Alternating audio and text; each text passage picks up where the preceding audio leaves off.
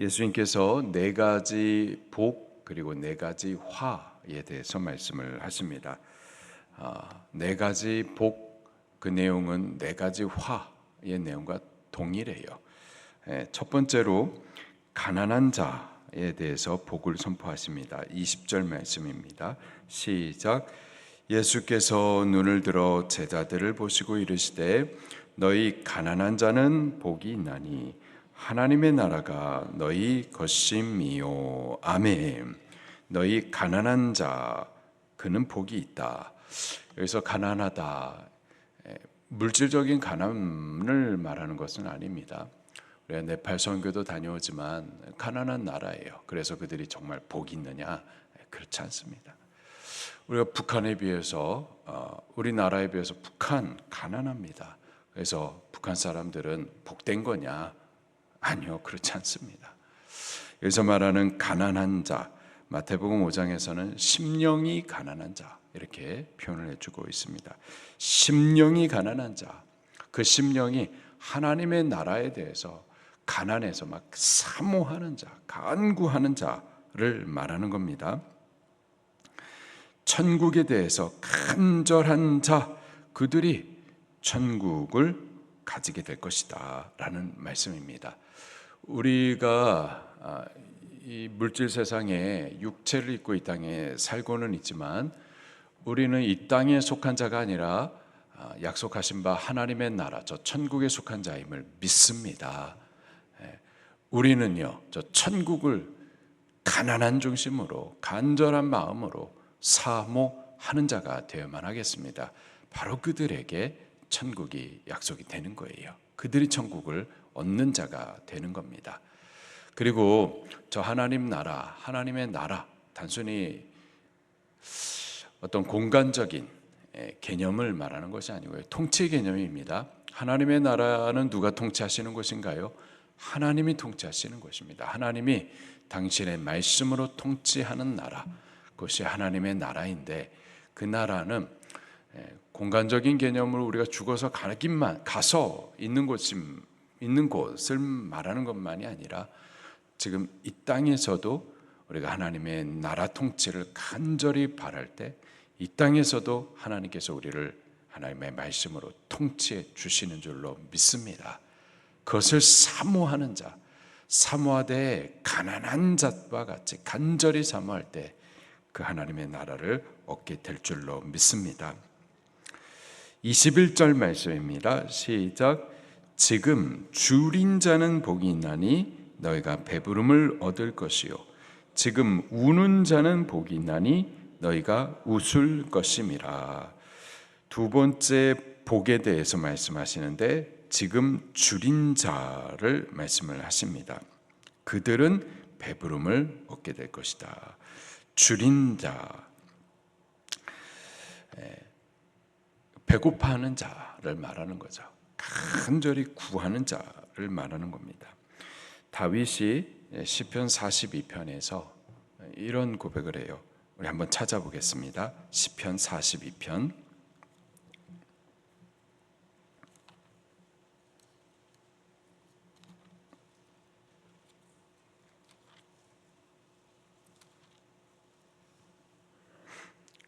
1절과 2절 말씀입니다. 같이 봉독하겠습니다. 시작. 하나님이여 사슴이 시냇물을 찾기에 갈급함 같이 내 영혼이 주를 찾기에 갈급하나이다. 내 영혼이 하나님 곧 살아계시는 하나님을 갈망하나니 내가 어느 때에 나아가서 하나님의 얼굴을 배울까. 다윗은 왕이었습니다. 모든 것을 갖고 있어요. 이미 이 세상의 가치로는 다 채워진 자인데 그걸로 배불러 하고 그걸로 만족하는 것이 아니라 저는 항상 줄여 있었는데 항상 갈망했었는데 하나님이었습니다. 하나님에 대해서 그분을 가까이 만나기를, 그분을 찾아 교제하기를, 그것을 갈급해하고 갈급하기를 마치 사슴이 시냇물 찾기를 갈급한 같이 했었던 거죠. 바로 그런 자들이 배부름을 얻게 얻게 된다라는 겁니다.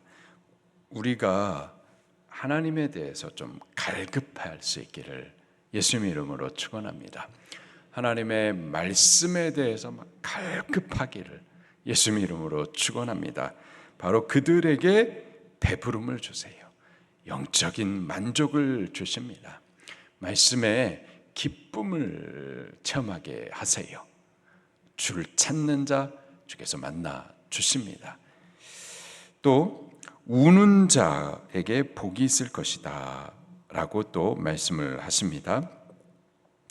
우는 자 그들은 웃을 것이며, 성경에 보면은 우는 자들이 있습니다. 누가복음 18장에 보게 되면 두 사람이 함께 성전에서 기도를 해요. 한 사람은 바리새인이고 다른 한 사람은 세리였었습니다. 각각 기도를 하는데 바리새인은 이게 기도인지 자랑인지, 나는 일에 2번 금식하고 또 여러 가지 헌금하고 그리고 저기 저 세리처럼 죄짓지도 않습니다. 그렇게 말을 하죠. 반면에 세리는 성전 가까이 앞으로 나오지도 못하고 고개를 들지도 못하고 하나님 앞에 가슴을 치면서 하나님 저는 죄인이로소이다. 그 죄로 인하여서 하나님 앞에 가슴을 치면서 웁니다. 누가 위로를 받고 내려갔다고 예수님께서 말씀하시나요? 자기 죄로 인해서 가슴을 치고 애통하며 그 죄 때문에 회개하여 우는 자, 그가 바로 위로를 받고 그가 웃는 자가 되는 겁니다. 또 이 세상에 살면서 이 세상에 하나님의 주권적인 통치가 있기를 간절히 원하는데 이 세상의 죄와 또 불의함으로 인하여서 또 가슴을 치며 우는 자들이 있었었죠.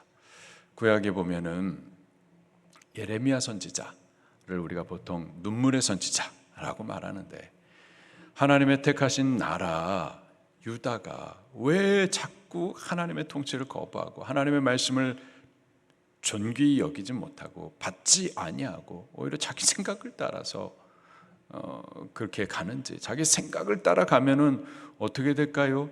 자기 생각대로 말해주는 선지자, 거짓 선지자를 만나게 됩니다. 왜 세상에 이렇게 거짓된 선지자, 거짓된 교사가 가득할까요? 우리가 하나님의 말씀을 찾지 않기 때문에, 내가 원하는 말 듣고 싶어 하기 때문에 그런 말을 들려주는 자들이 생기는 겁니다. 예레미야가 나라 민족에 하나님의 말씀의 통치가 있기를 간절히 원하는데 오히려 거짓된 선지자들의 거짓된 말들로 가득하고, 이 백성은 자꾸 거짓된 말들을 쫓아서 살아가고, 그래서 이 나라 안에 불의가 가득하고 결국은 하나님의 복과 위로와 생명을 받아 누리는 것이 아니라 이방인들에 의해서 망하게 된 이 현실을 인하여서 막 우는 거예요. 나라 민족을 생각할 때마다 우는 거예요. 에스겔도 눈물을, 에스겔 선지자도요, 에스겔은 나라가 멸망한 이후에 바벨론 이방 땅에 있으면서 환상을 보고 예언을 했었던 선지자인데요, 저 환상 가운데 하나님께서 끌고 가가지고 보여주시는 것이 있는데요, 성전에 가득히 부정한 것들로 막 채워져 있는 거예요. 성전 하면은 거룩한 예배의 전, 그러면 거룩해야 될 것 같고 하나님으로 충만해야 될 것 같은데 하나님의 영광은 이미 떠났고 그 안에 더러운 것들이 가득한 거예요. 그런데 그 사실로 인하여서 예루살렘에 남아 눈물을 흘리는 자들을 보게 됩니다. 우리 성경 한번 찾아볼게요. 에스겔 9장입니다.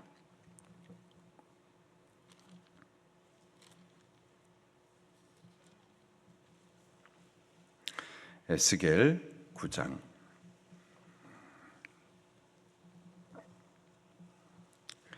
에스겔 9장 4절 말씀 같이 읽겠습니다. 시작. 여호와께서 이르시되 너는 예루살렘 성읍 중에 순행하여 그 가운데서 행하는 모든 가증한 일로 말미암아 탄식하며 우는 자의 이마에 표를 그리라 하시고. 아멘. 예루살렘, 하나님의 택한 백성들, 평화의 도시, 하나님의 도시. 근데요, 우상으로 온갖 더러운 것들로 가증한데 그 가운데 그것으로 인하여서 탄식하며 우는 자들이 있는 거예요. 너는 먹물을 차고 그들의 이마에다가 표시를 해놔라. 나라 민족의 이 죄악으로 인하여서, 민족교회의 이 우상 숭배의 죄악으로 인하여서 가슴을 치고 우는 자, 그들은 복이 있다. 그들이 웃을 것이다 라고 말씀을 하고 있는 거죠.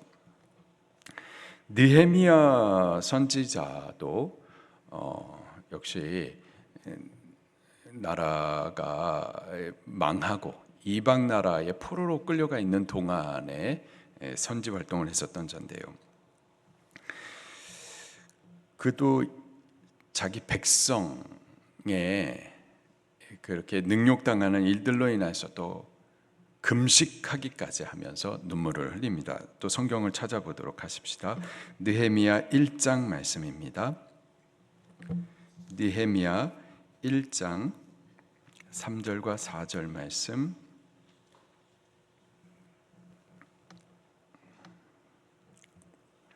느헤미야 1장 3절과 4절 말씀입니다. 2절 말씀부터 같이 보겠습니다.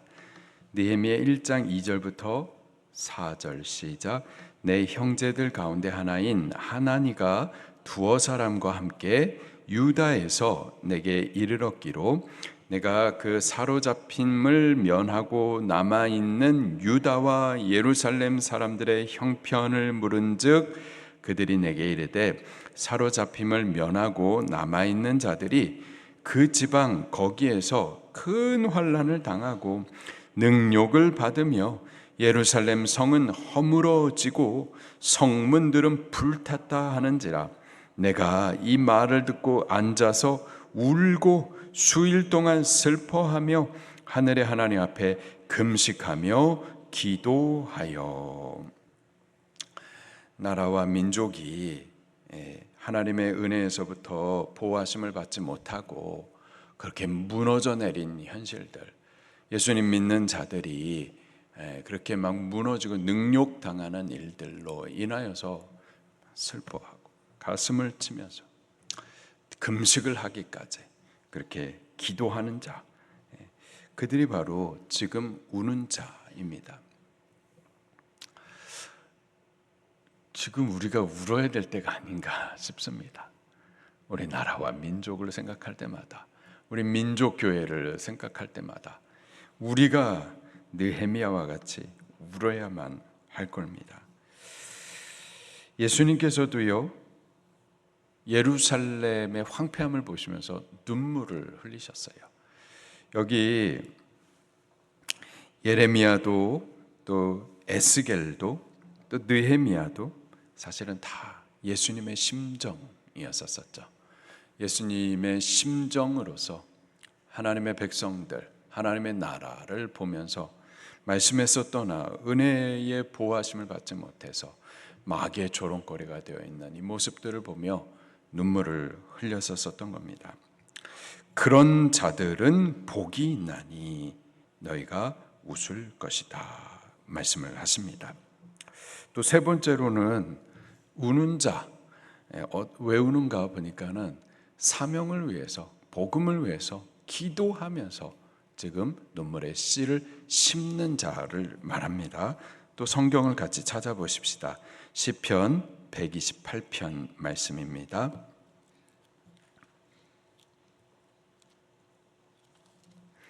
시편 128편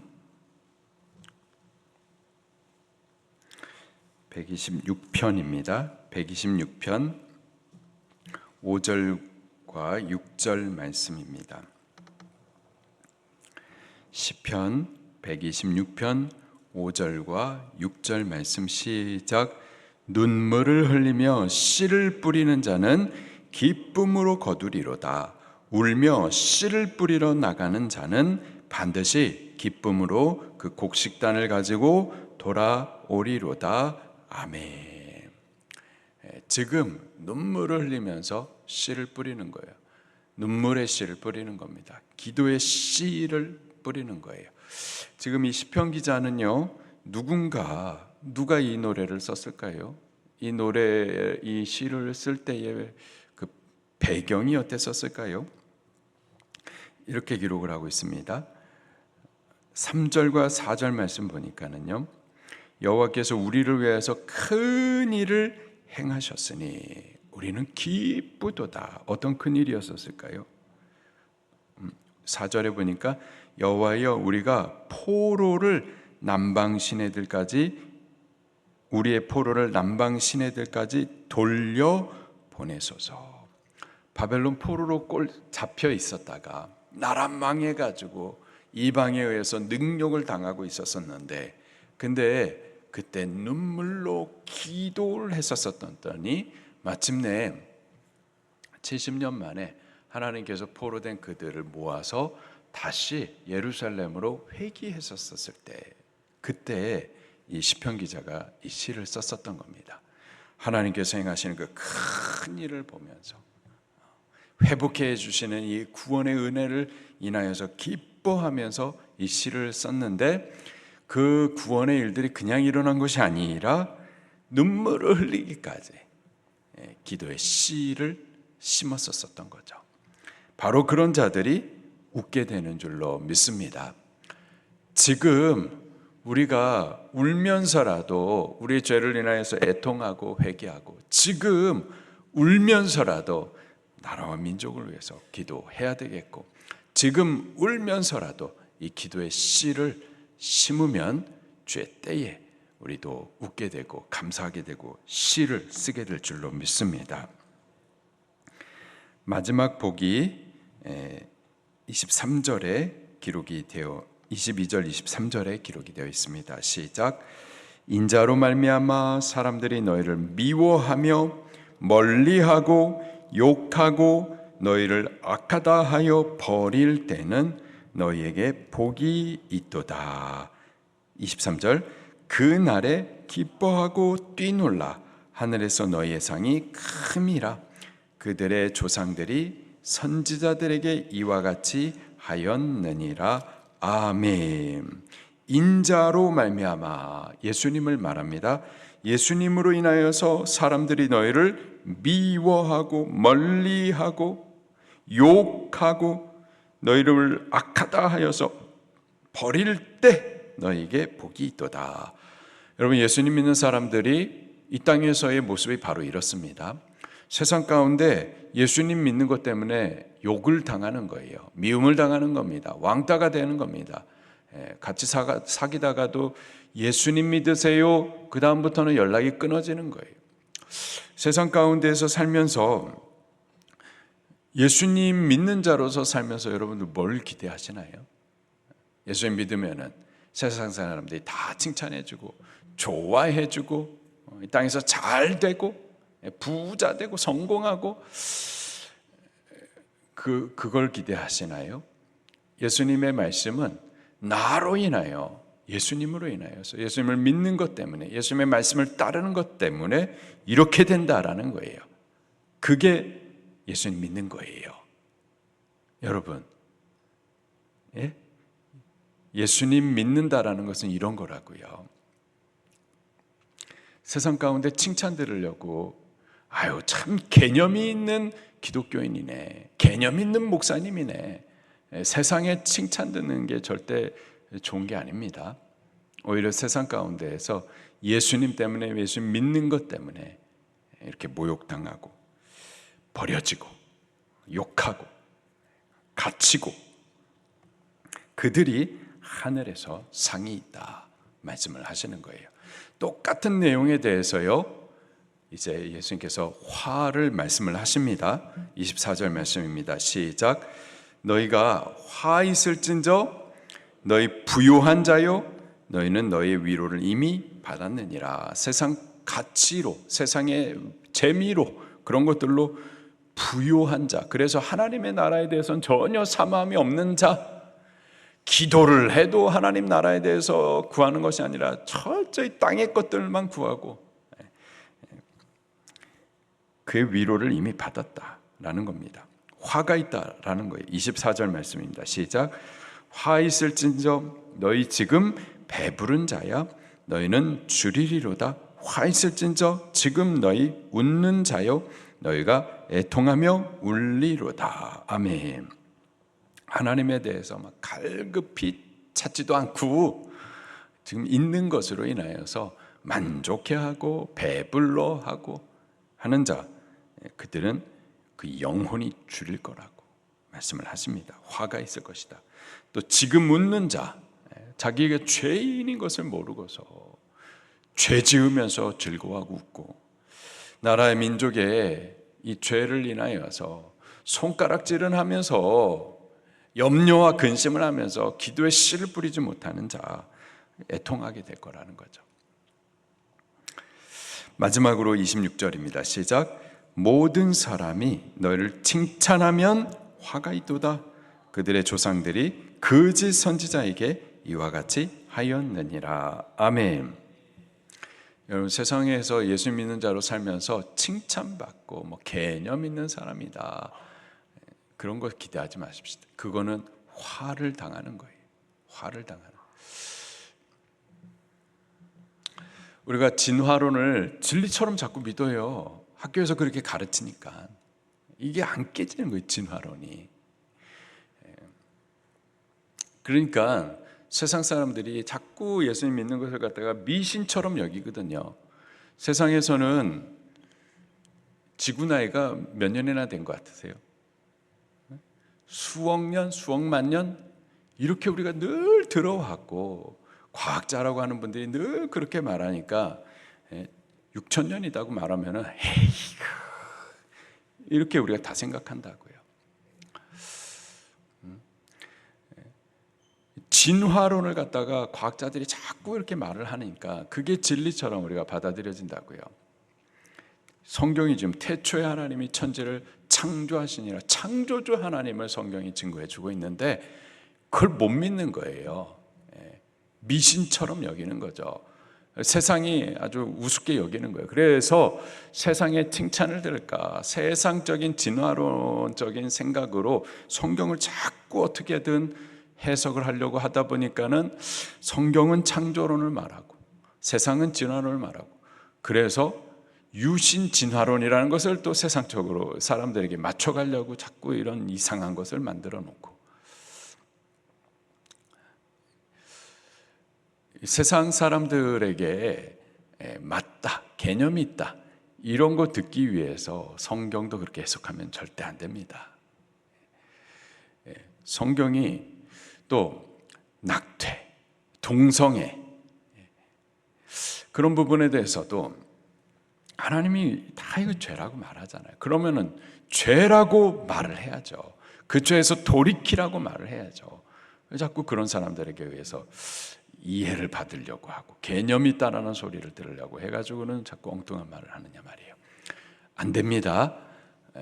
우리는 화 있는 자가 되서는 안 되고 복 있는 자가 되셔야 됩니다.